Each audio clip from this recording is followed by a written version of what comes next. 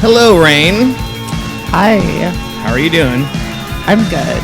Is this music a little too loud? Oh, it's okay. It's good. It's like this new school, like dark wave stuff. Yeah. Right? Yeah. I like it. Who is it? Annex. Sick. Called Annex. I'm into it. Appropriate. Okay, let's go ahead and get a level on your voice. Go ahead, talk. Check, check, check. There we go. Hi, Perfect. hi.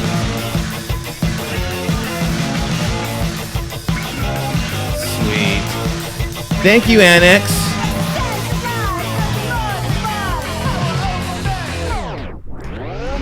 Because that's how we do it over here. Release the Best podcast. Thanks for watching, tuning in, where I talk to friends of mine who own businesses, are artists who are over here in the trenches, Austin, Texas.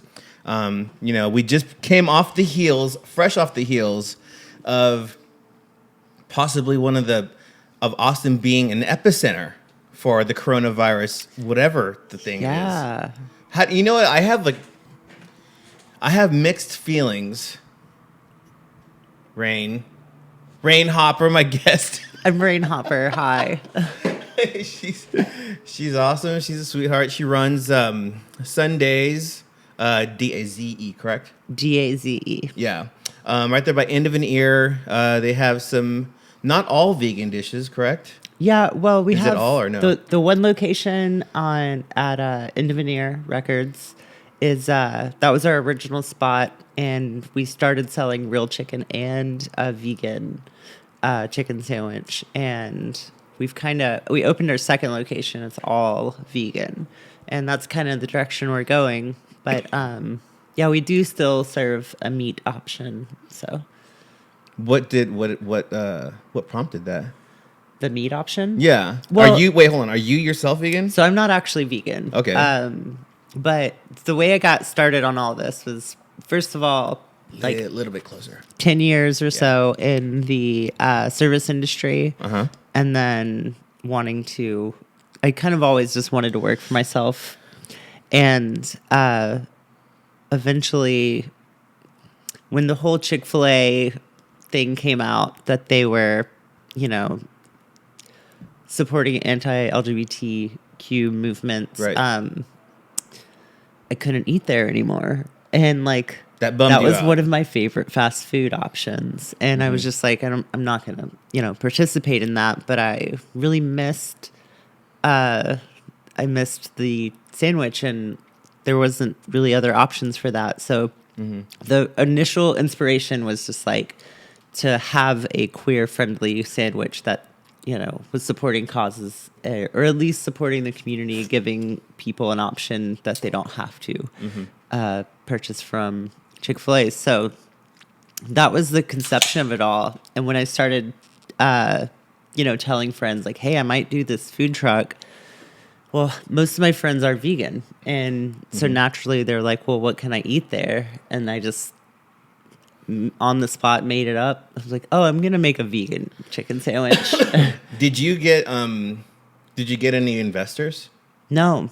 Food trucks are pretty low overhead cost. But it did, my sister is essentially an investor. She's part owner. We went 50-50 in, but I own the majority because I did everything.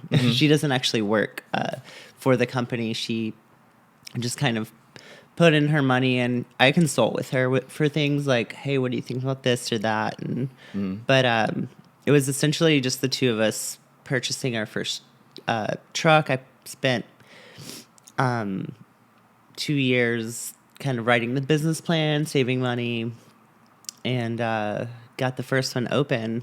And luckily, after a couple weeks, it kind of was clear that we were going to be able to keep it open for a little while, and just kind of been working to build it on it since then.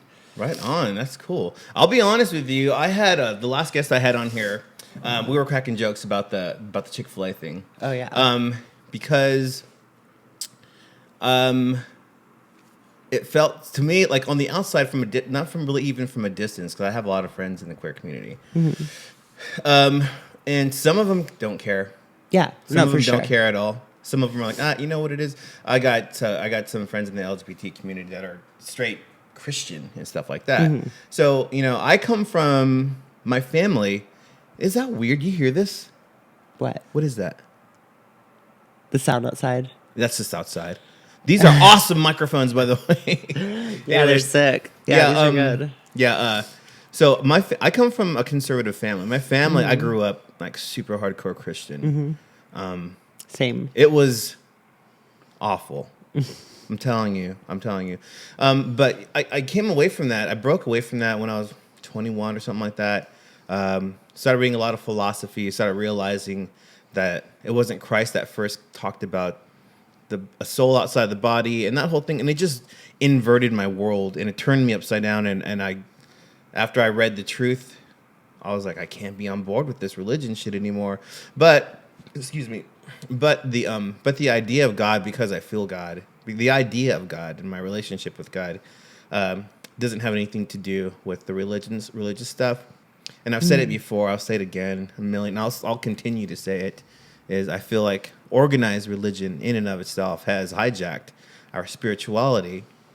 I agree with that. I totally believe that, because on one hand, we have the LGBT community, and they all stood up to this, and I remember thinking, well, Salvation Army donates to homeless people who are gay or not, and they feed and clothe the homeless people whether they're gay or not, and they run multiple charities. Well, they're a charity organization. They accept money from anybody.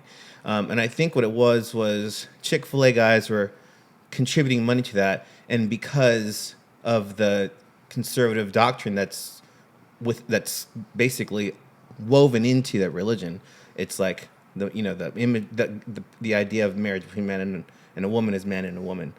So there's so it's at that point, it is strictly their faith, not even really the individual, but their faith that just prohibits them from thinking that that's okay.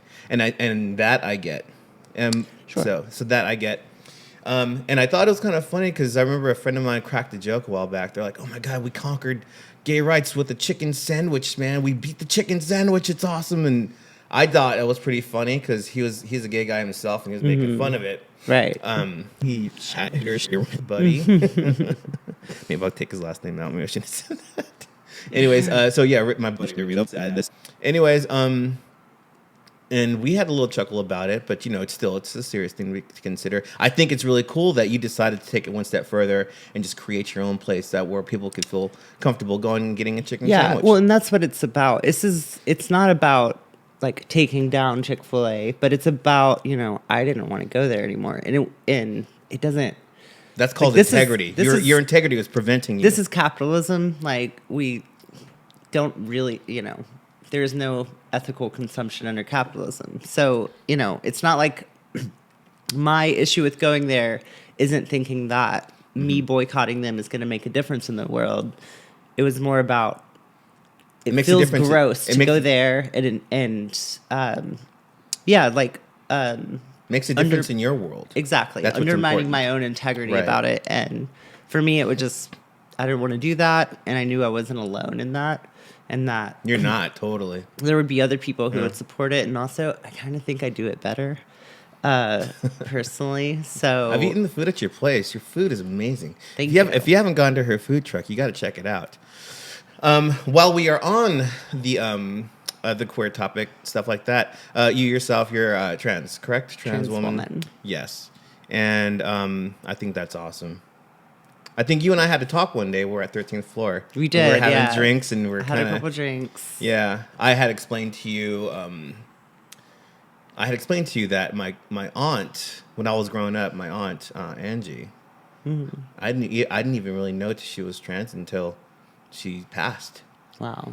I didn't know. Yeah. For all I knew, she was this beautiful blonde-haired woman with big, beautiful eyes. She was. And, and she drank herself to death. And it bothers me because I think back in those days, I guess the 70s, you know, because I'm old as fuck.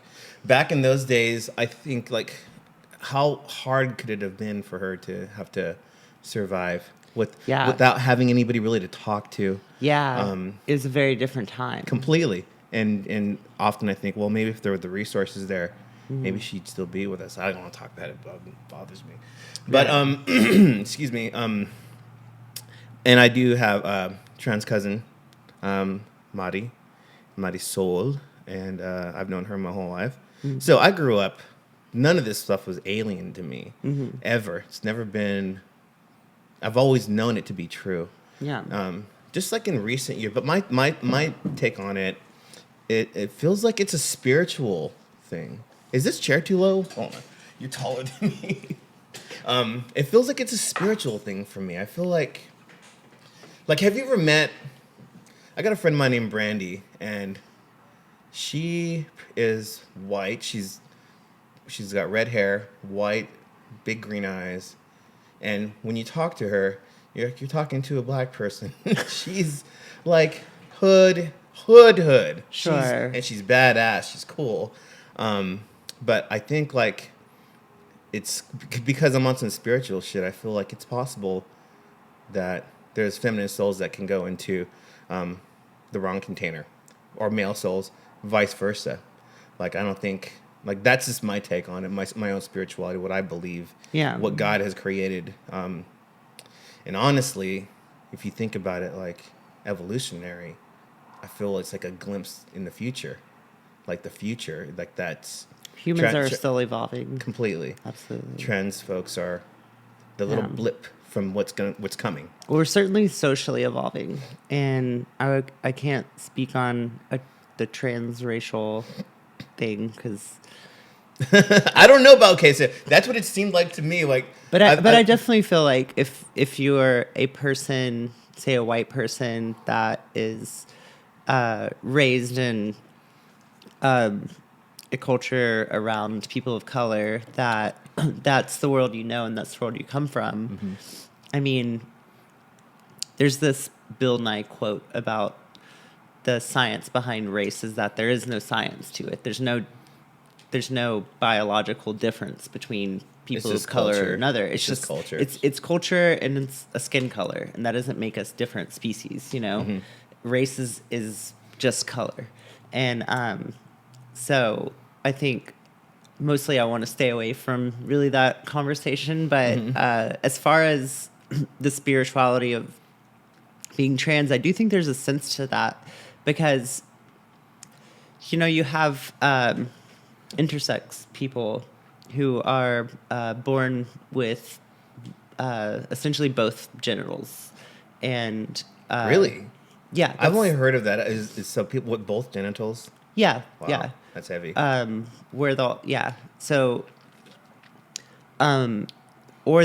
another form of intersex is also having, say, like, I don't remember I guess XY is usually biological male. XY? Right? And then XX is biologically female. So essentially their chromosomes are opposite from the way that their genitals are and the way they're perceived in the world. And they may not know that till later on in life.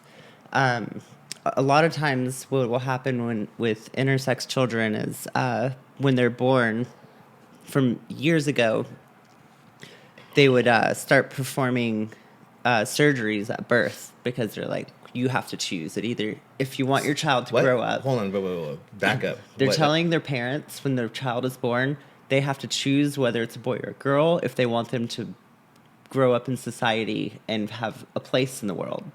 So they're choosing their gender before they grow up. And so a lot of times intersex folks who have had surgery against their will as a baby grow up and they're like, hey, I'm not actually the thing that you said I was. It's just an assignment. And, trans people have existed for all of time. You know, the language for it wasn't always there, the same way the language for homosexuality wasn't always there. But now that we're starting to articulate it and start to understand it and start to understand the spectrum of it all, going from trans identity to also, gender expression, where, you know, maybe you're not trans, but you like to dress the opposite sex, or maybe you don't really identify with any gender. And now that we're starting to understand and articulate those things, people are starting to understand and accept it. So that's where we are, and that's why there's such this seemingly big boom, if you will, a seeming like, what's the word? As Fad, trans fad, but a trans fad? Well, like that, you know, I've heard that said, and I think people think that just because they're seeing a lot more people come out because people are finding out about it. I didn't know what trans was for so long in my life, and I didn't know what was wrong with me. And so when I first learned it, I couldn't stop thinking about it because I was like, "There's something here." No, and, there's and that. that's that It's sort definitely of, real. For that's sure. that spiritual sense that you talked about that Right. that I kind of related to. Is like, I'm not a particularly spiritual person, but I definitely felt like I can't explain in you know, biological terms what makes me trans. You're a creation I of don't God. know. You're a creation of God, and you being trans, you're a miracle. you're Yeah. like you're a proof. You're proof. Yeah. You know, in my eyes, I feel like, because you know, growing up with my aunts and my cousin, and so that's always been a thing. Yeah. For me in my life, I've always known it's something that's existed. So, you know, but you're right that it's now a kitchen table topic now that people need to talk about and address. And it's now more in your face within the last maybe 15 years now? The last like 7 is when it's really Like really in your face. Okay. yeah, And where because you know before that there were trans people in the media and in you know here and there, but they weren't taken very seriously. Where now you have like Laverne Cox from Orange Is the New Black, or Caitlyn Jenner, even if I don't take her seriously personally, or well, she's Republican, isn't she? well, she is, yeah, She's conservative Republican. She's She a doesn't conservative she doesn't believe in gay Republican. marriage. right.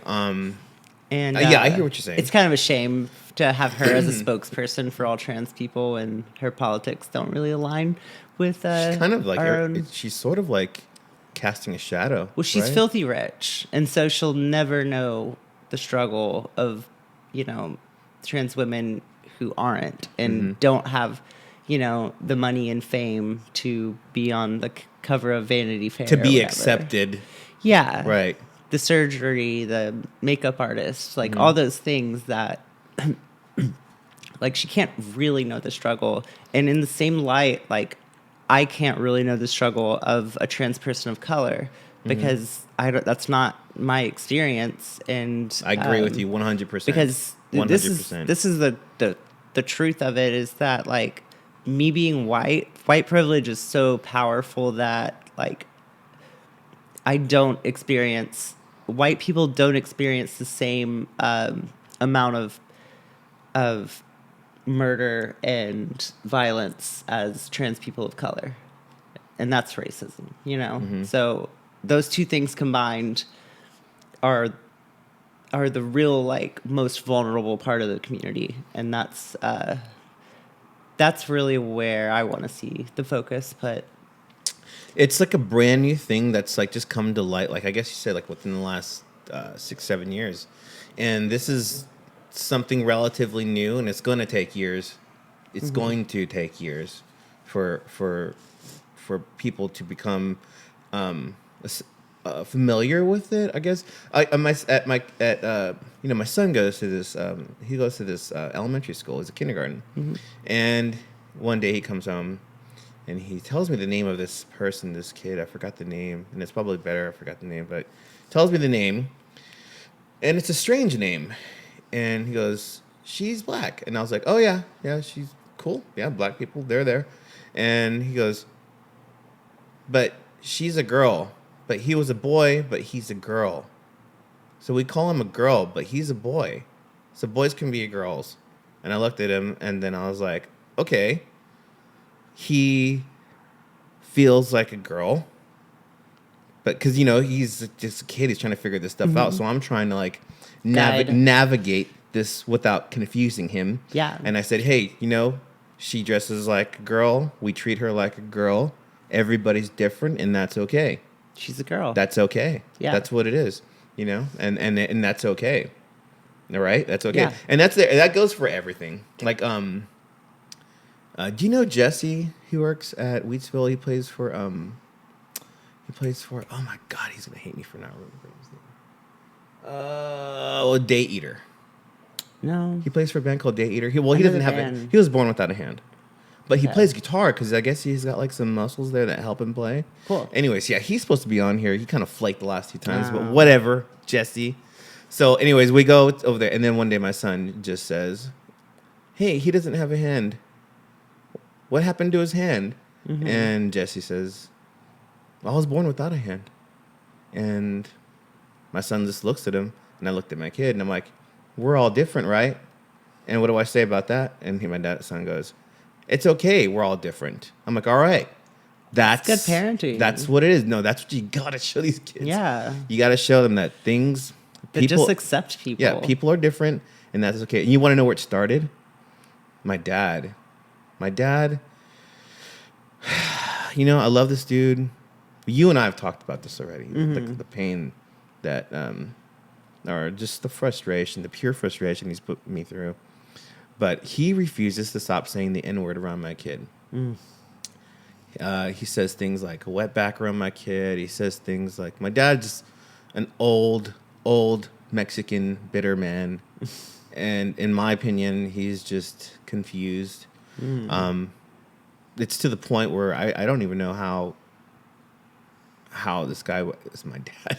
You know what I mean? Yeah. He's a disappointment socially, and I know that in his own way, he tries to do what he thinks is right. And by saying these words in front of my kid, he thinks he's doing my kid a favor by showing him what the reality is. So I would get in fights with my dad and be like, hey man, don't ever say these words around my kid. Like, don't ever say these words around my kid, okay? This kid's going to school. Things are different now. We can't just be, thinking that it's okay to judge people by the color of their skin. I'm teaching him this way. Right. I'm teaching him that there's people that are different and that it's okay. Mm-hmm. I don't need for him to be growing up thinking that he's special or better than anybody else because of his skin color or how tall he is or anything. Right. My dad wasn't hearing it. So I talked to some friends. My friends a lot of my friends have children. They're all such badass parents, because I kind of had shit parents. So I get to lead by example. They're leading by example, and I look to them for advice. And they said, hey, well, just have the conversation with your kid and tell him the words and let him know, hey, these words, never say these words. They're wrong. They're wrong. Yeah. And so that's what I had to do. Yeah. I had to tell my dad. I had to literally say the word to my son. Yeah. This is a bad word. Never say this word. This is not a nice word. Do not ever use this. If I do this, I'm taking your video game away. I'm throwing it away. Yeah. It's like not the just video, a word, it's a weapon. right? And I'm telling, yeah, exactly.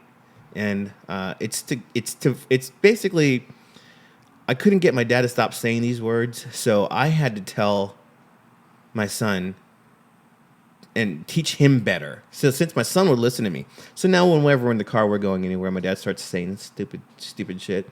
My son will just be like, "There's nothing wrong with black people." Oh, that's so cute. And then my dad will be like, "What?" And then my son Desi will say, "There's nothing wrong with black people, Grandpa. Nothing wrong with black people." Or if my dad says like wetback, my son will be like, "Nothing wrong with Mexican people, Grandpa." So my son's now checking my dad. Yeah. And that's what the fuck I was trying to do. Yeah. That's what I'm trying to do. That's awesome. Yeah, I did do everything for my kid. Yeah. I really do, and which is a trip because I just want him to. Before he was born, I was walking around, and I'm thinking, because I used to be pretty, not so much anymore. I'm actually a registered libertarian, but I lean left on a lot of things. Mm-hmm. I'm still liberal. I'm still very much liberal, and I was walking around a town lake one day, and I was seeing people with kids, and I used to hate kids. I was like the king of never having kids. Like, I'm never having a kid. Mm-hmm. Like, and then I'm thinking about the world, the society. We're looking at, Barack Obama was going to start doing his second term, and I was seeing all these other Republicans that were running, and I was just thinking, I came to the realization, I'm like, we cannot change these people. They're already old. It's already hard to change ourselves. Yeah. Like I wake up in the middle of the night and I make myself a little snack. That's a bad habit. I've been trying to fix that forever, and I'm going to work on it because I'm too heavy right now. But whatever. But I'm saying that's just an example. Is that the thing is, it's hard enough for ourselves to change ourselves and make ourselves better people, and that takes straight up effort, and it's a conscious decision. You can't make these old people change. Right. So creating new people is how I'm changing the world. That's like okay. The only thing that I can do is vote and read and do the research. Be your best self. And have kids. And have a child. And raise them. And raise this motherfucker the right way. Raise him to teach these things. Yeah. Raise him to, and that's my contribution to the world. And who knows what he's going to do when he gets older. So that's true. I mean, you have Stephen Miller. Who's Stephen Miller? He's this. Oh, the guitar player? No, he's Steve Miller. He's like one of the younger people in Trump's administration. He actually created the parent separation at the border. Oh man, like that was him. And what's crazy is his parents were like hardcore liberals, and he grew up. His rebellion was being like, "Fuck that, I'm a Nazi," and not literal. Like he doesn't know he probably knows he's a Nazi, but like under the guise of alt-right, of it's pretty blatant how racist his policies are in the bills he writes. So you just don't know what's gonna happen. I mean, my parents were super conservative, super Christian. You come from a conservative Christian background? Yeah. Or do you still carry some of your conservative values? No, I don't know what's considered conservative values, but as far as like gay marriage and no, I don't. I mean, here's what I think is that there's a lot of truth in the Bible, just universal truth when it comes to like. I'm really enjoying this conversation. Lying is bad, Yeah, lying is bad. Murder stealing is bad. Murder is bad. Yeah. Sex before marriage, it can be bad. Like if you are spreading STDs, or it can be being bad irresponsible. if it's with, if you're hurting people, if it's, being irresponsible. But what is really so bad about it outside of those things if you're being responsible? And, I don't know. There's a lot of things that I don't agree with, but, no, I wouldn't say what I think most people think of as conservative values that I hold, but I do have values. I do think it's important to respect people, accept people, take care of people. I think Jesus as a character was a really upstanding person, actually, and his he was the only righteous person that lived on the earth and was the least self-righteous person, So I think there's a lot of things to look up to in that, but those are not the things that I see when I hear conservative values. I don't think of Jesus when I hear conservative values. I see Westboro Baptist Church, I see people pointing fingers. I see self-righteousness. So to answer the question, no, but I do have value. I do have the values that are in line with a lot of the things I was taught as a kid through Christianity. It's kind of like it's kind of like what I've used the analogy of a blanket. Like our life is like a big giant quilt. It's been knitted and maybe in the beginning somebody was knitting it with conservative values or with religion or with whatever. And at one point you took over. Yeah. So no matter how far or how big the blanket gets, it's always going to be there. Yeah. It's always going to be a part of you. Well, the truth is woven through everything, and you can twist it and you can make it, you can look at it from different angles and make it kind of bend to your will. But that's why it's kind of so easy to fall into certain ideologies, because you'll see one truth and then you start to believe that everything involved, like revolving around it, is true. Yeah. That's how people get sucked in conspiracy theories. I love conspiracy theories. Me too. And especially about myself. So into it, but I wasn't really like. Okay, yeah. Tell me about like. I wasn't a believer. What kind of conspiracies? Well, the first things I had ever heard were more about like aliens and stuff when I was a kid, and I thought those were fun, but I didn't, believe anything.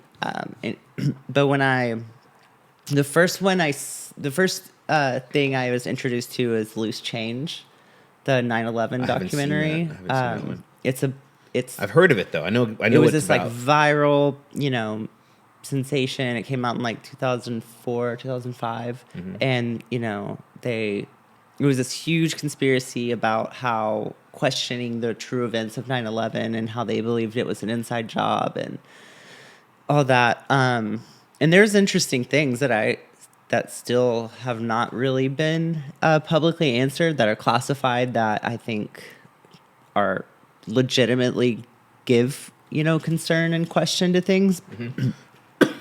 But I'm not a believer in 9/11 being an inside job. What about like lizard people? No. Did you ever like? But see, those are fun. Those are fun. This is what happened. Was I watched that and I was just like really just like blew my mind, because I was right out of high school and my only understanding of politics was the Bush-Kerry election. I had just missed the age to vote, but I was very aware during that time, and I didn't really have a great grasp on politics, and I didn't know how sinister it could actually be, because I was listening to a lot of like punk rock stuff protesting George Bush, and so I saw this like certain narrative, and then I started seeing these conspiracy theories that were like even deeper, and I was just like, even if I don't believe them, they're really interesting. And when I moved to Austin, I was talking about it to somebody kind of half serious, and they're like, you got to check out this guy. He has a radio show. His name's Alex Jones. Oh shit. And I was Where did you move from? What did you move from? From Baytown, Texas, right outside Houston. Okay. Yeah. So from the side. Yeah. And I found the radio station and I listened to the show, and I just remember being like, this guy is crazy. Yeah, he's out so there. funny and like blah, blah. But at the time, his show was really like anti-establishment, and his show, which I guess it still is, but it was really Very like, much so. It was appealing. Even if I wasn't buying into it, I enjoyed it. It was fun. But when I kind of fell out of listening to it, it was probably like a year or so went by, and one day I was like, oh, this is the hour his show's on. So I turned on the radio. I swear to God, it was the broadcast where he was talking about the gay frogs.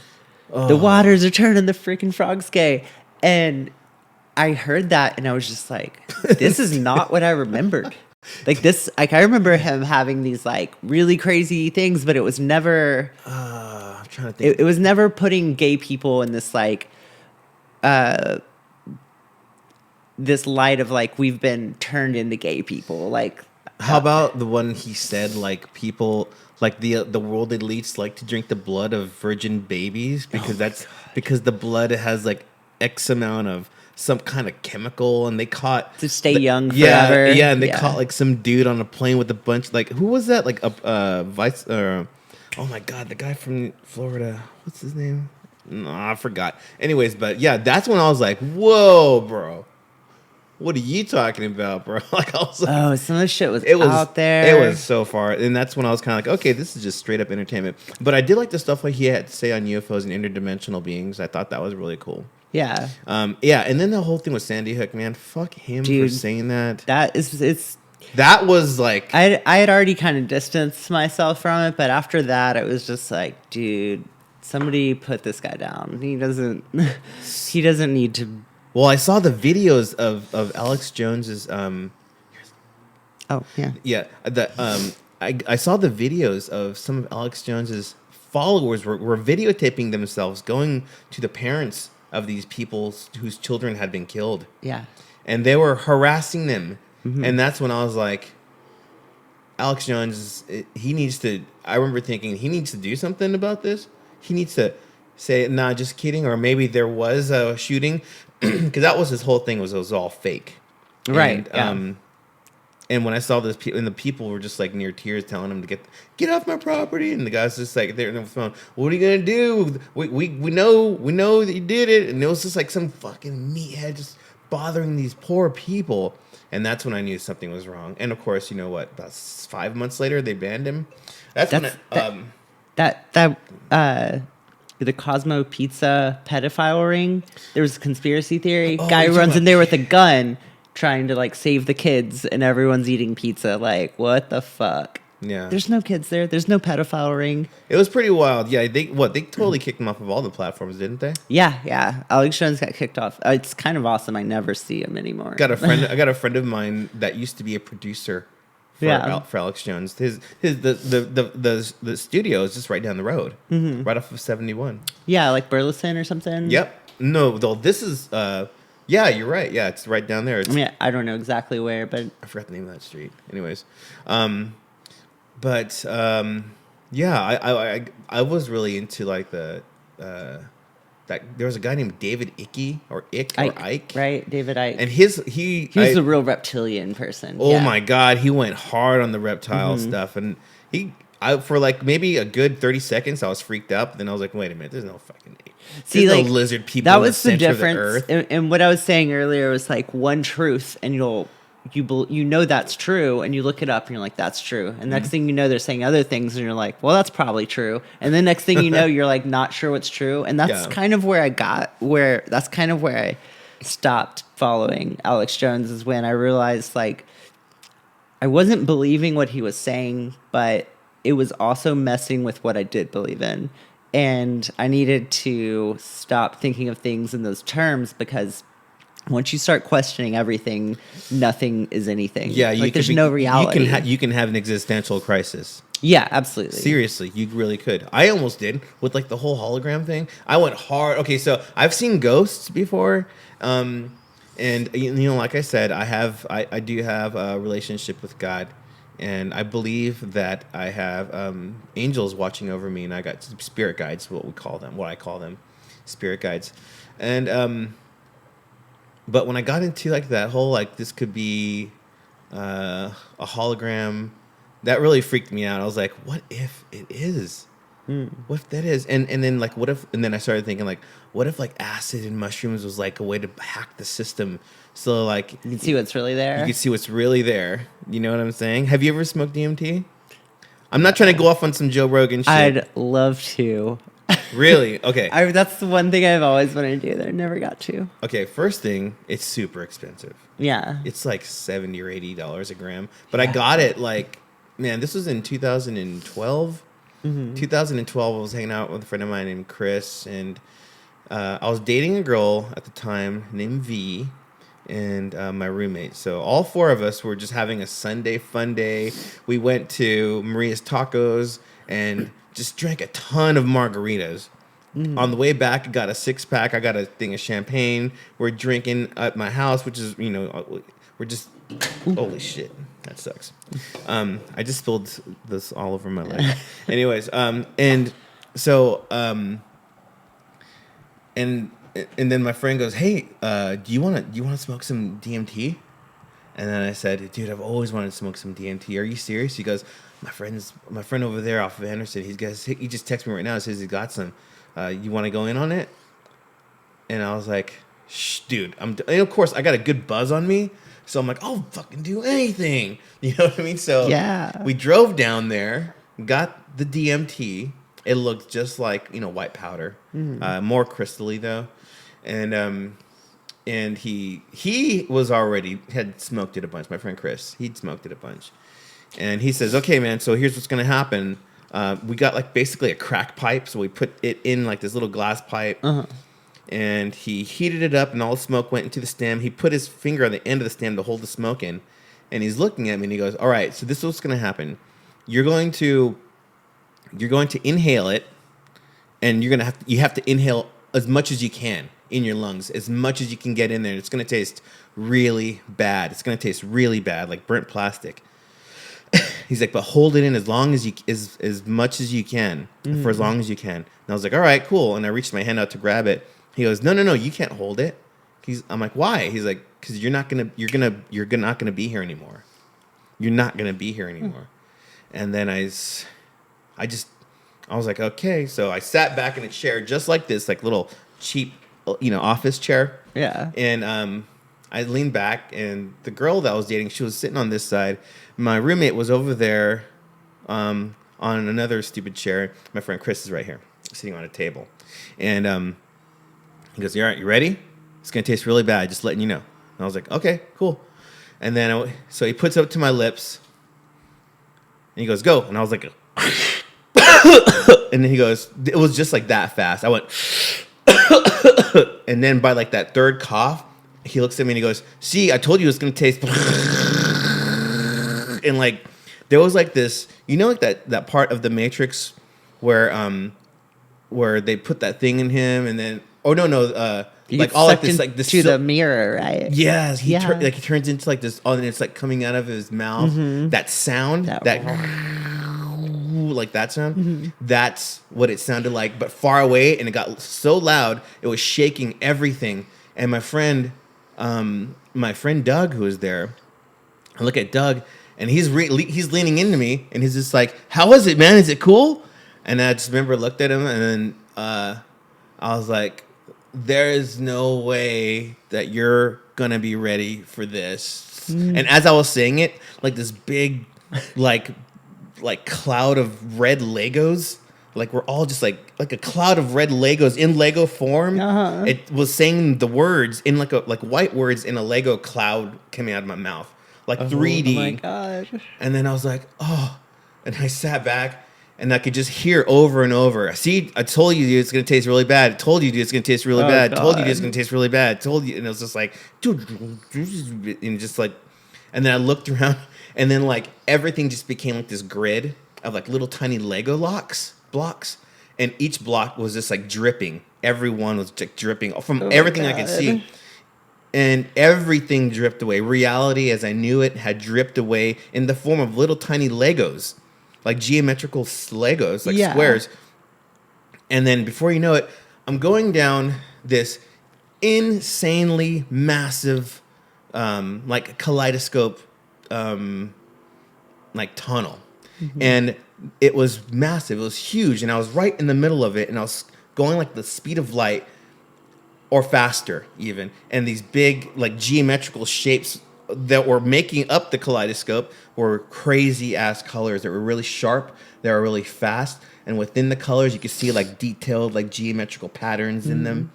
And then finally I went through the other side. It was like a white thing. I went through it, and then next thing you know, I was like in this really weird goopy place, and there was like green globby, like I can't explain it. They're like green globby people, but they were like entities. Like there was like you couldn't touch them, and they were like ridiculously happy to see me. They were not only were they ridiculously happy to see me, there was like I was familiar. There was some kind of familiarity I had, and then they were just like, and the message I was getting from them was, we finally get to meet you. We finally get to meet you. You never, ever come here.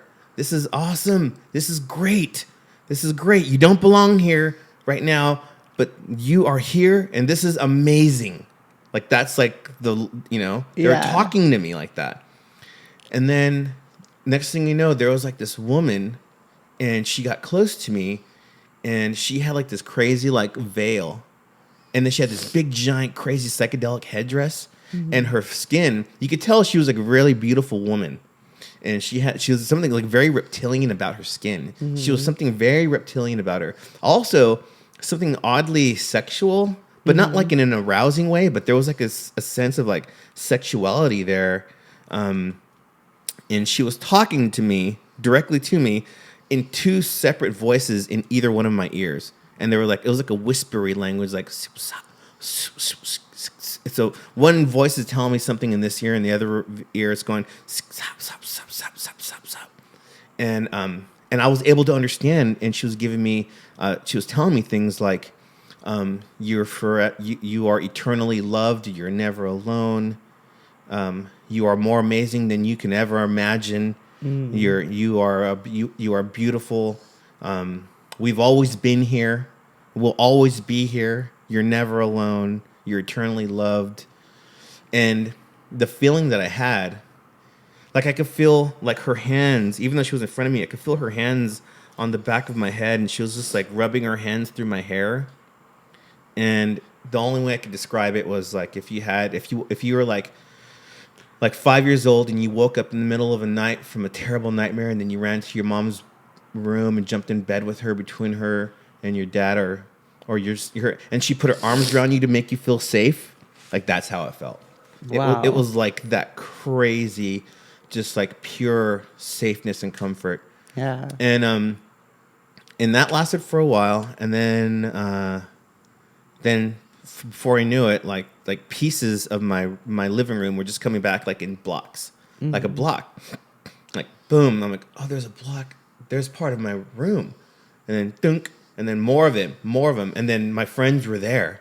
Oh my God. They're like, "What's up? Are you okay? Are you okay?" And I was like, "Oh my God, that was fucking crazy," because it was like I had popped out of reality completely. And as I was coming out of it, there was still like seeing tracers and stuff like that. But as that happened, when I looked around the room and I thought all of it was over, but I could still see little tracers. And everything that was like a square, like including the ceiling, we had like this tile in the living room, and every tile, every piece of square, anything that had any kind of like geometric shape to it, there was an eye.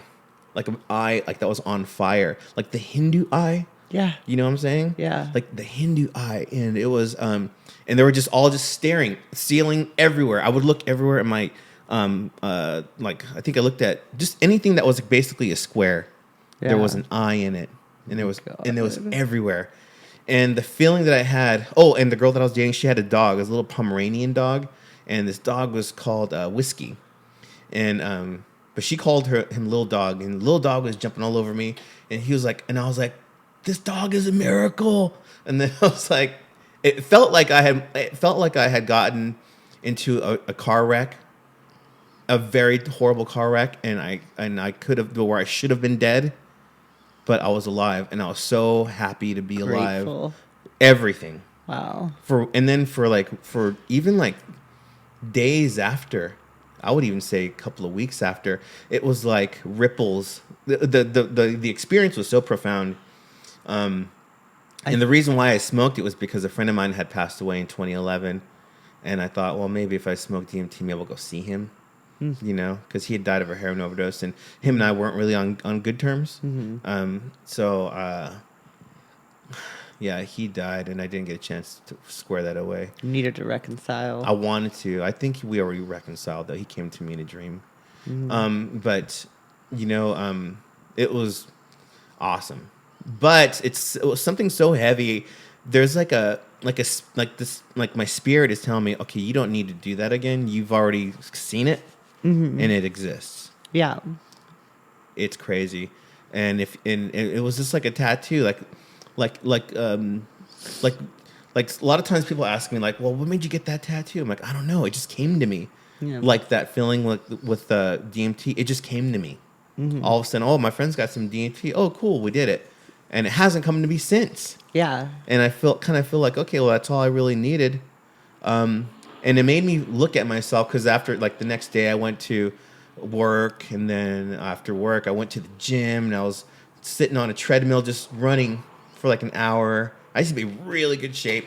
And then I was like just running for like an hour, looking at the screen, and I was looking around, and I was like, everybody here is just really unhappy because nobody's satisfied or happy with themselves. And sometimes, I guess to a degree, that's okay to not be content with where you are in life. Sure. But there's always room to improve, I guess, you know? Yeah. But I'm like, I just felt like a hamster on a wheel, just looking at a screen TV, and these TVs were all programming me, and what is real is what's in my heart, and it's, you know, it kind of just like the ripples from that experience, they lasted for at least a couple of weeks. Yeah. And I feel like I became more conscious of other people. I was kind of a dick. I was really, like, when you think of like a far lefty person, I was really, really off the rails. I was doing crazy shit. I was things I'm not proud of now. I guess you could say, like, the conservative part of me. I was that person. I would go and I would just scream in the faces of the people at Planned Parenthood outside. I would spray paint on churches. I would throw bottles at churches. I would I fucking hated cops. I would watch videos of cop violence and cops getting hurt, and I would be like, well, that's what they get. Fuck them. Because I've always been anti-government. I've always been like, fuck the government. Like, you know? Yeah. But after that experience with DMT, I just sort of like felt, what's important in life? What do I got to do? And that's when I started thinking about kids and how do I change the world positively? Yeah. And it really kind of changed my life. It spun me off in a positive direction. I consider myself a pretty left person. I'm not like a Democrat, and I'm not maybe veer towards anarchism in ideology, but I also, I don't look at things in idealistic terms, because idealism isn't reality. It's what you want. And I think to get what you want, you have to really think about what sacrifice is worth what you're getting for it. And do I want to be happy, or do I want to create the world I think will make me happy? Mm-hmm. And the truth is, you may not reach that point. I think it's worth working for making a better world and making improvements, but I don't think it's worth sacrificing the ability to appreciate what you have. And it's kind of like you're saying on the treadmill, like, people are there, they're unhappy. I think I don't work out because I think I would be unhappy, but if I wanted the physique that required working out and I wasn't sacrificing my happiness for it, then yeah, I would go work out. Right. But, that's not... I have to appreciate what I have and what I've got. And I think it's this shame that, we face injustice. We face hard things. It doesn't mean that every moment can't be you can't be grateful for. So yeah, I really thought that was a good point you made. I have I have a lot of friends. I have many friends that are conservative and that are Republican. I have a lot of friends of mine that are, they're far, far, far lefty. I have zero friends that are conservative or Republican, and I'm including my family, who I love, but they're not my friend. I love them, and I've gotten to know where each, and it started with my mother. My mother is very religious, and she always like, "Oh, mijo, I'm praying for you, mijo." And I would always like get out the phone, like, God, why is she fucking praying for me? I'd be like angry about it. I would write songs about how much I hate God and stuff. And then one day my mom was telling me about the end of the world, and she's always doing that. And but her prayers, I realized, were coming from a place of love and concern. Whether I agreed with her idea of God or not, she was genuinely concerned. Just like when I see, like, there's a lot of people on the left that do things that I don't agree with, but I know that they are coming from a place of concern. Mm-hmm. They're coming from a place of love and concern, and like, I'm not really super on board with the Antifa stuff, but I could even look at them and go, well, they're coming from a place of love and concern, and they are genuinely concerned. They wouldn't be doing the things they're doing if they weren't concerned. So, Yeah. you know, You know what they do when they're not busting windows and protesting fascism is a lot of times they're donating food and they're helping, like when Houston was flooded and people were without homes. A lot Antifa went down and helped people, had boats, trying to right. get people around and stuff. That's really awesome. And so it does come from a place, and I don't agree with maybe every aspect of Antifa because there's always a failure in every good intention. The road to hell is paved with good intentions. You're right. You're right. But I generally agree with stomping fascism at every corner because that is sort of the epitome of evil when it comes to politics. Back in the day, when I used to hang out with these crazy punk rocker kids, I used to be crazy punk rocker kid, twin fins and eating out of garbage cans and drinking cider and just all of it. But hanging out with like the crusty punks, like the train punks and all that stuff. We've gotten into many fights with real Nazi skins. Yeah. Like real skins from I'm from San Jose, California. And a majority of these Nazi skins would show up in San Jose for gigs. And they're from Fremont, and they would straight up have swastika shirts and swastika patches, and they'd have the boots and the braces and the red laces, and they would walk around with the grimace on their face, and they would jump us, and so there was a few times me and my friends, we squared off and we fought real Nazi skins. Yeah. I don't ever remember getting beat up, but I remember every time we saw them, it was on party wherever they were. It was like some gang shit. Yeah. And it wasn't. It was like. It was violent. San Jose was abnormally violent around that time frame for whatever reason with skins, and we were always getting into it with them. But when I see what people call Nazis, like at a Trump rally or something like that, I don't see that type of aggression. I just see, and I've met a lot of Trump supporters. They're kind of like, whatever.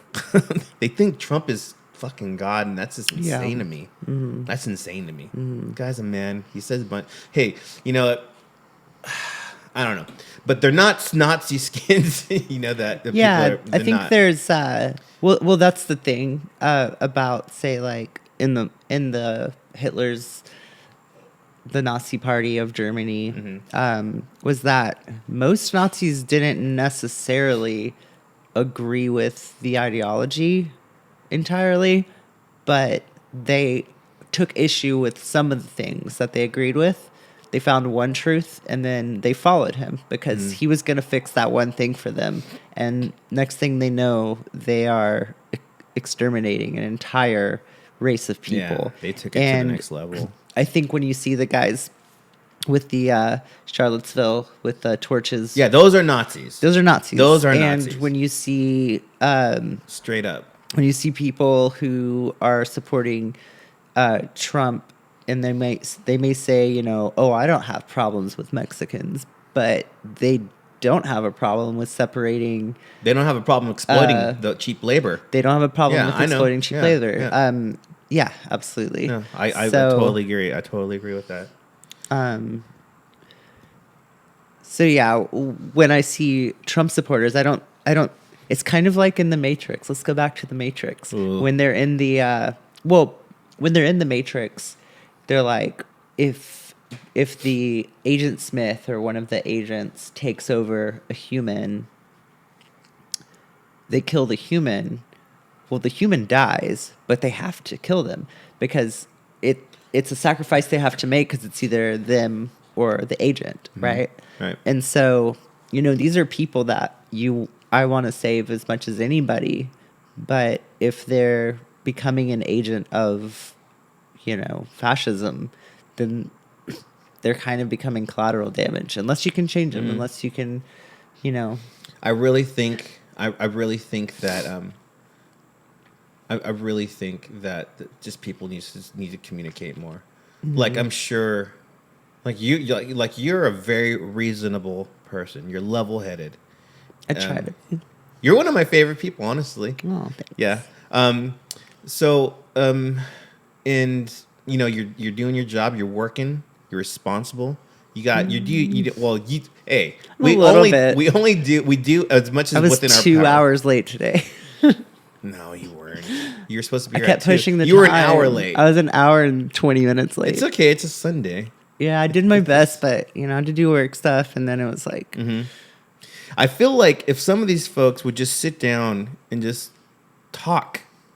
Excuse me, I got to burp again. Excuse me. Would just sit down and have conversations and talk about these things. yeah, That would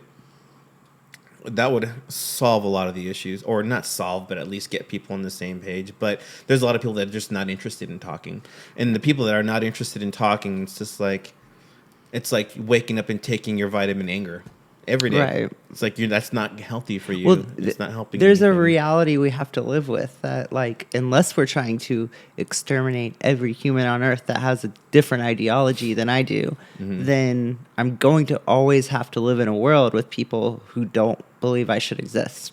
I'm always going to have to live in a world where people are racist and people are this or that. And, That's true. As much as I detest that, and as much as I don't believe that that's something that should exist, it does, and it's just as wrong. I won't say it's just as wrong, but it's who am I to take another person's life, or to decide for them what essentially we're all here, and we have to make do with what we've got. And maybe the best we can do is the best version of a compromise. And there's always going to be tension and war and whatnot, but we're all given the brains we have and the experiences we have to do what we believe we're meant to do.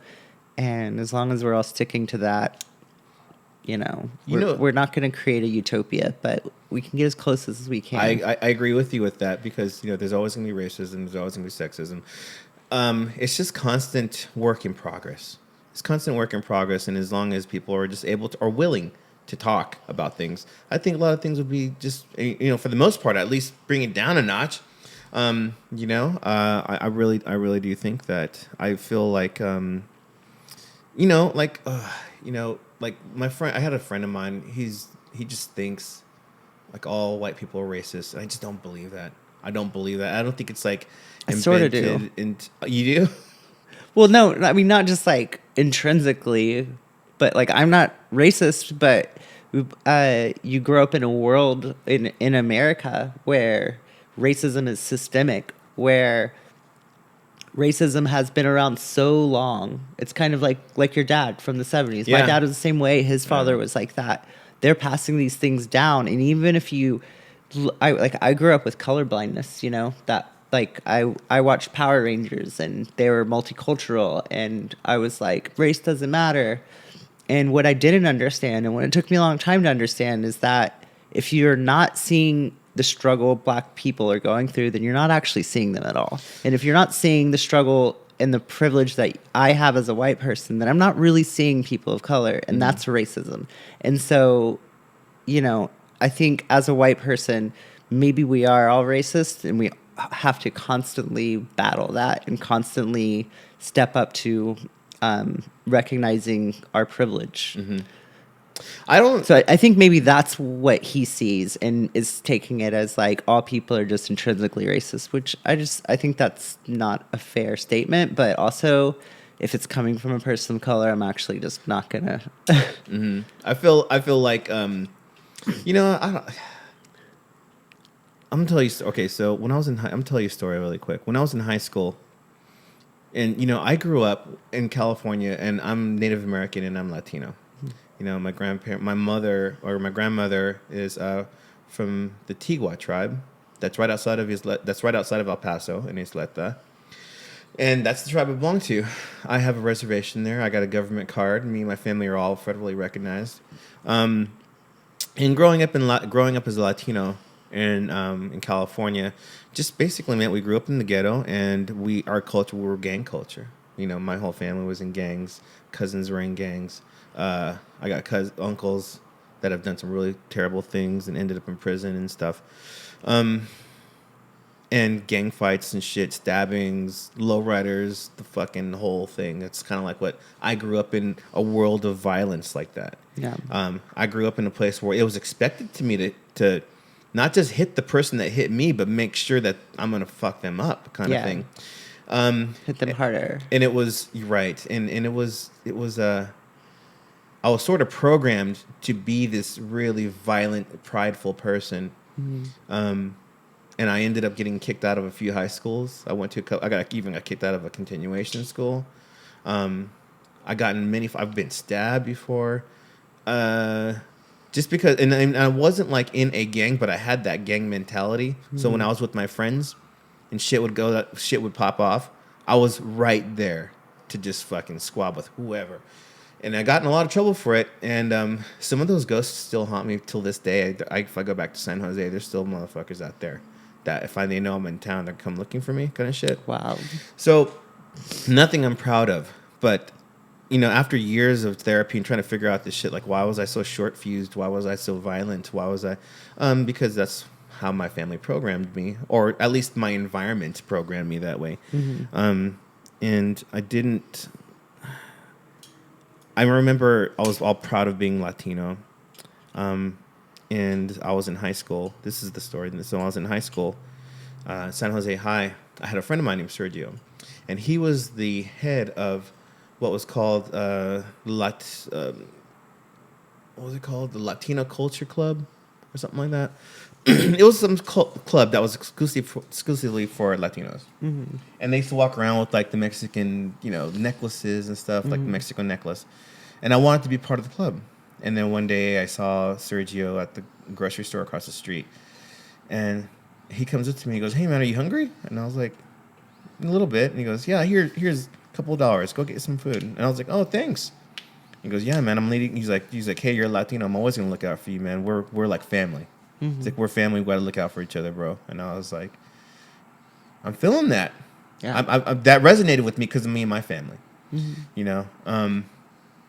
So I talked to him a couple days later, and I was like, "Hey, you think I could be? I'm interested in being in the club." And he goes, "Well, let me talk to the other guys.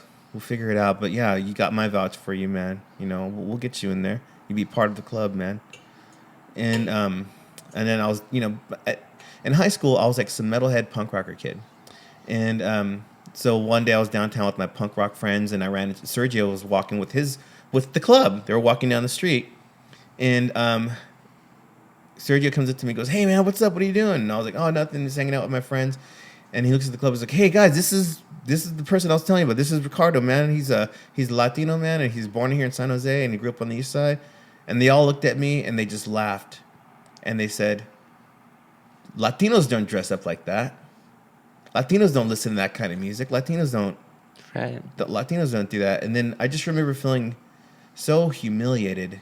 And Sergio looks to me and goes, "I'm sorry, bro. Yeah. You can't be in the club." Because why? Because I didn't look like Latino.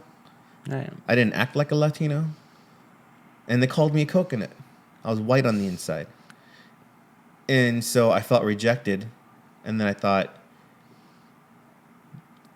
I just thought, like, this is all bullshit. Yeah. This is bullshit. I don't want to be I'm not proud anymore. I don't want to be proud. Yeah. My pride lies with my family. My pride lies with my friends. In my early years, I dated a lot of Asian girls for some reason. I don't know. From when I was like 17 to I want to say 23 or 24, I always dated Filipino women. In California, tons of Filipinas. And I remember one time I introduced my aunts to this Filipino girl I was dating. And my aunts, were all, "Oh, hi." And then my girlfriend left. And then I'm like, "Hey, so what do you think of her? She's awesome, right?" And they're like, "She's a pinche China, man. What are you doing dating a China? Bring a China around us." And I was like, "Are you drunk?" They were mad because I was dating outside of my race. Mm-hmm. So you got all this confusion, right? Yeah. Growing up, I never heard the N-word from a white person. You know where I heard the N-word from? Latinos. Mm-hmm. That's where I heard it from. All the time. That's something, and it even happens now. And that's something that nobody ever talks about. In high school, it the N word with an A was the way all my Hispanic friends spoke. And some of my white friends, not really friends, but like that hung around, and I wasn't part of that language. Like, it just never. I listened to too many like anti-racist bands at that point, and but it was just so normal. And I moved to Austin, and I never really thought about it because like it's not anything I ever said. But when I would go back and hear people say it, I would be like, It's "What fucked the up. fuck?" It's fucked up. I had forgotten that was just normal. It to them. exists. Yeah, it exists. but strangely enough, like it wasn't really. I mean, I'm sure it was offensive, but nobody called it out. Nobody made a big deal, I guess, because it was just part of the mutual culture of kids not realizing like how deep the word goes and stuff. Right. So I think now people are kind of becoming more understanding of it. Well, they need to be aware of it. It's like how we raise our children, like with Desi, like with my kid. You know, I'm teaching these words, and I teach him that they're bad, because the world that he's going to grow up in is not easy. Shit ain't easy. No. You know what I mean? So and there's going to be a lot of people that are going to tell him, no, it's okay, but he needs to know right away that it's not, and that's how you head that shit off at the pass. That's that's how you that's how you create a good person. And I mean, that's what was my whole trip was. I never really heard white people being racist. I may have been called wetback maybe a handful of times in my entire life. That was a word I knew growing up. Yeah, it sucks. And but I heard a lot of racism just from the Latino community. Yeah, Latinos don't even like Latinos from Mexico. Yeah, there's a whole thing. This is like shit that nobody ever talks about, but that's totally true, and everybody that's Latino knows it. Everybody Latino knows it. That, like, every Latino that you see, sometimes you see, like, people, like, at protesting stuff, you see, like, Latino kids out there. You guarantee there's somebody in that kid's family that hates black people or hates white people. Or I feel like let your actions speak for you, regardless even of what you say. Like what Trump said. Trump wanted the wall. He could have had the wall. This first 2 years, he could have had the wall. He didn't do it. He waits till he gets a majority of Senate seats that are Democrats, and then tries to get it because he knows he's not going to get it. So I just immediately thought, this motherfucker didn't. He never wanted a wall. Yeah. He just said it because he knew people wanted it. Because if he really wanted it, he would have done it. I think most of what he said was to win the spot. Speaking of which, switching gears, I am really enjoying this conversation, by the way. Yeah. Switching gears, so are you bummed out about Bernie? Yeah.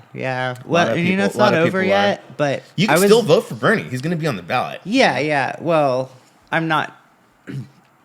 I am going to do everything in my power to make sure Donald Trump doesn't get reelected, first and foremost. But do we really want Joe Biden? Do we really want somebody who forgets his wife isn't his sister, or forgets where he's at? Who accidentally endorses Trump in his own speech? I don't think he has a real grasp on things, and he's going to be in debates with Donald Trump, and Donald Trump's no smarter or capable, but he's funnier.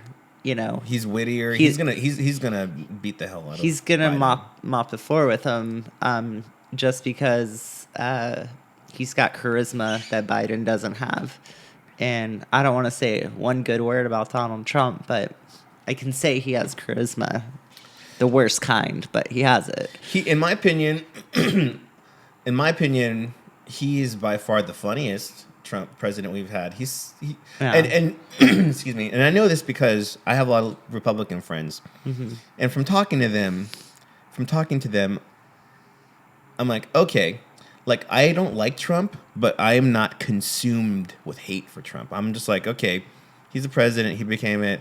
That first 2 years, I felt like somebody kicked me in my throat, Right. But after that, it's just like, how long do you want to be angry for? That's where I'm at. Yeah. How long do you want to be angry for about this? For me, it's like the real issues at hand here, and this is why I voted for Bernie and why I wanted Bernie in office, was that it's people voted for Trump. Trump won over all the other Republican candidates because he wasn't really a Republican. He was change. And it wasn't the change I wanted, but it did change, and it changed the world for the worse. And if we, A, want to beat him and get him out of office, and B, change things for the better and not just put things back where they were, because they weren't that good. Like, maybe for some of us, but not for everybody.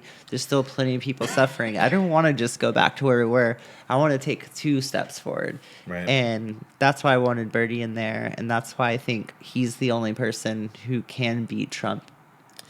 They all stabbed him in the back last week. Oh, it was fucking like they jumped Julius him. Caesar, dude. Yeah. It was like, They yes, jumped him. it was like they jumped. They They're jumped like him. right before, Even right Beto. before. Even Beto Dude, jumped him, bro. Beto. Came out of left field.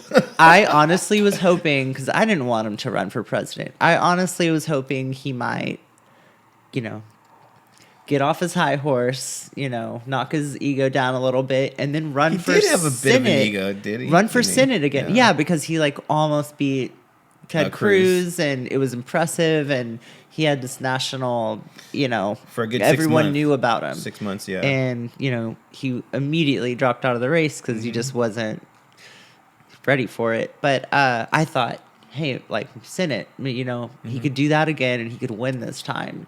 And now I'm like, dude, go to hell. Beto can fuck off forever in my book. What a backstabbing piece of shit. I do believe, as far as the things that Bernie says, I do agree with some of the things. I do, when I say that I'm libertarian, it's only because I can't really belong to either party. I just don't.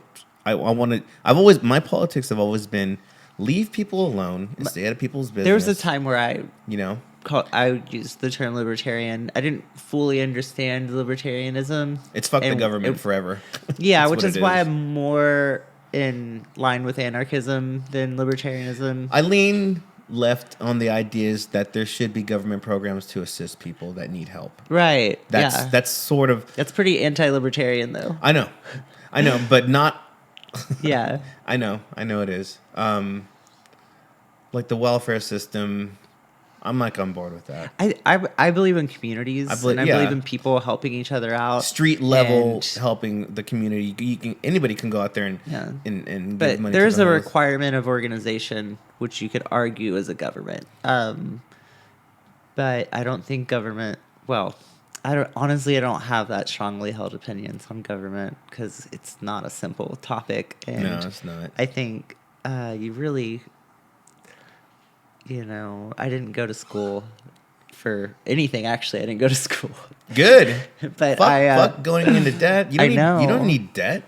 Yeah, you're doing. I think you're doing a good job. What you have a band? Let's talk. We're just running out of I play time music too. Yeah, let's talk about. I want to. Okay, so tell us about your bands real quick. We got about maybe 10, 12 more minutes. Okay, left. yeah. Sorry. So no, I wish I could record forever. It's all good. My last band, Mean Girls, just dissolved a couple months ago. Was it? So who was in the band? Mean Girls was myself, Morgan McCoy, Marcos Rocha, and Ben Arthur Sams, a.k.a. Breakfast Ben. Oh, okay, I don't think I know. And we, with a different lineup, Morgan and I have always been in the band, but we were a band for 5 years, I think.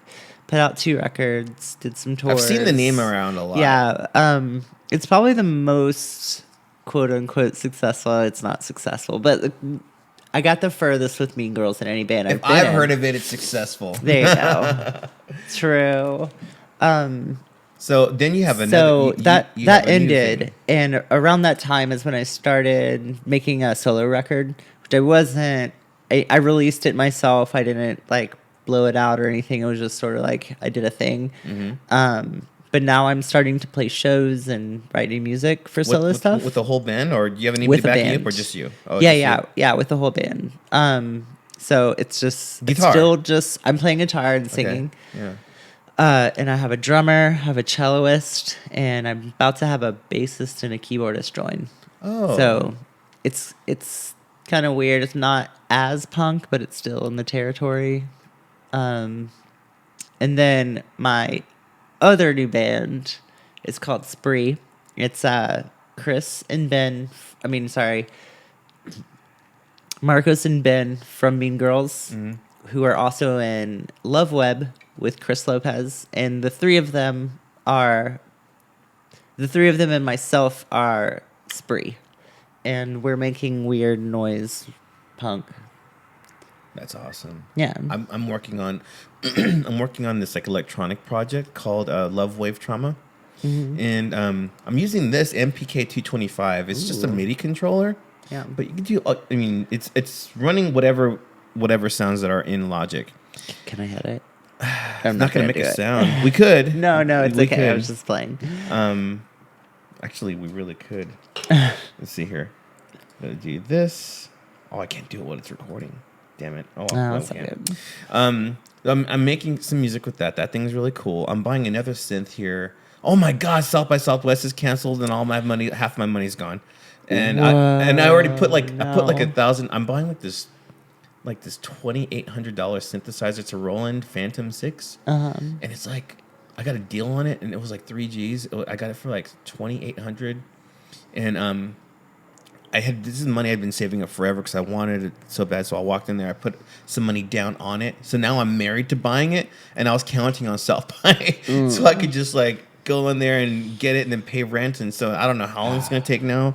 But that sucks, and I'm bummed out about the South by Southwest thing. Yeah, it was a shocker. Are you playing shows for South by, or for the unofficial South by stuff? Yeah, I have 3 unofficial shows for my solo band and 3 unofficial shows for Spree.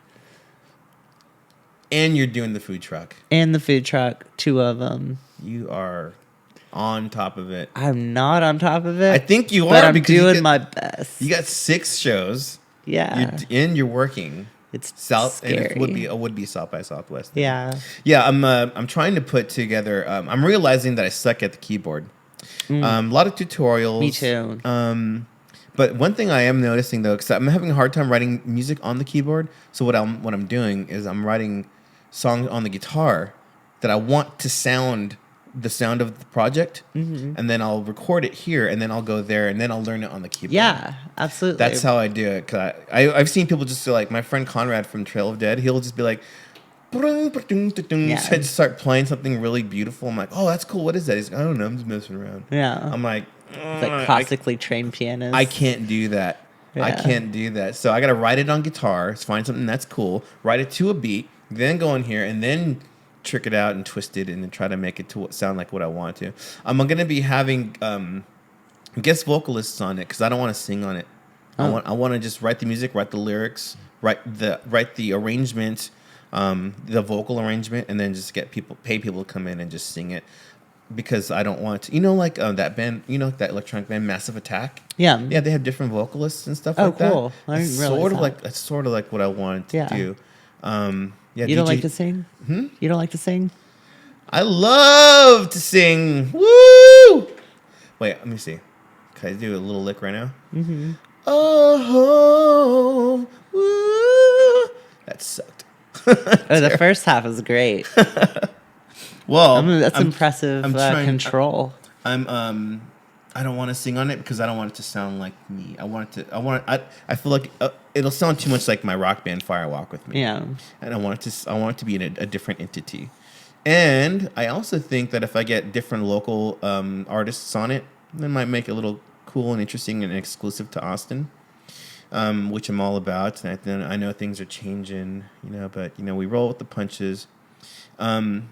I guess let's go ahead and wrap this up. I'm really happy that you came down here on Sunday. Thanks for having me. Yeah, and I believe honestly, I didn't expect I thought we were going to talk about food and bands, but we ended up talking about some really deep situations with it was fun. Yeah, and I honestly I guess what happened is at the heart of how I wish people would just talk to each other. Yeah. And even if you disagree, I'm sure that there's things that we and I disagree on. But at the end of the day, You're still my friend, and I'm never going to turn my back on you.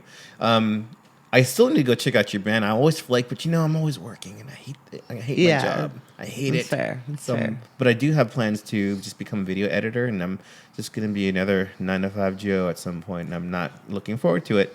But at least I'll have my weekends back and my evenings back, and then I can go to a gig. Yeah. So how do people get a hold of you? Or your websites? I'm on Instagram, Facebook. You can find me at _Raine with a E _Mara.